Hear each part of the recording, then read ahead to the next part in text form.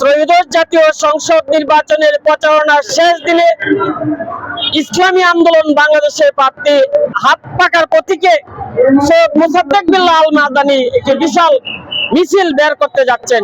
সেই মিছিল নিয়েই আপনার কাছে জানতে চাচ্ছি, আজকে তো আপনার প্রচারণার শেষ দিন, মিছিল বের করতে যাচ্ছেন, শেষ সময়ে এসে আপনার অনুভূতি জানতে চাচ্ছি। আলহামদুলিল্লাহ, ধন্যবাদ জয় টিভিকে।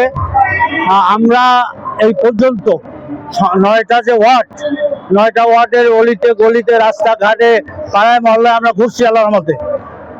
সত্য কথা বলতেছি, আল্লাহকে সাক্ষী রেখে।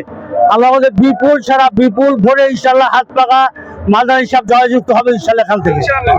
কেননা এখানের জনগণ তারা দেখছে, তারা পুরান চায় না, তারা চেঞ্জ চায়, পরিবর্তন চায়।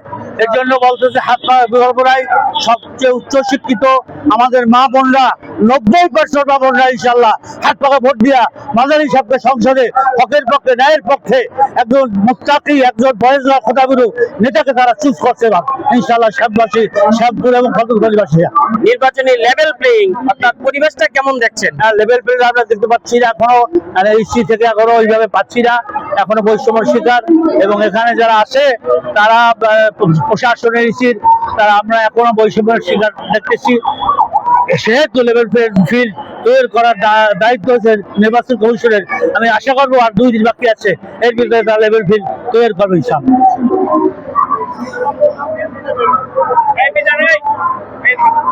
আল্লাহর মধ্যে আমাদের মিছিল এখনই শুরু হবে। আমরা এখান থেকে শুরু করে এই যে চৌরাস্তার ধলাইপাড় থেকে শুরু করে ঢাকা চাইরের সারাসে খারাসে গলি গলিতে সব জায়গায় আমরা যাবো ইনশাআল্লাহ।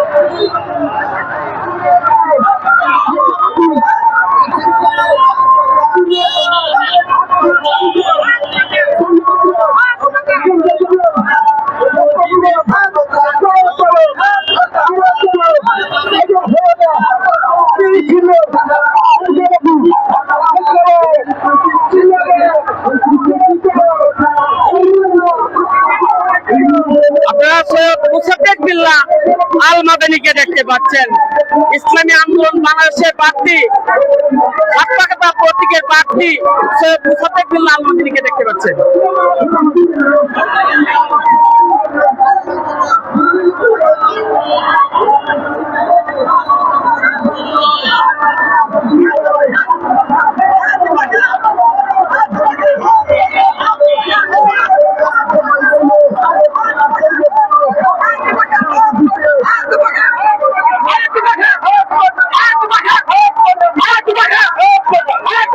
আমিন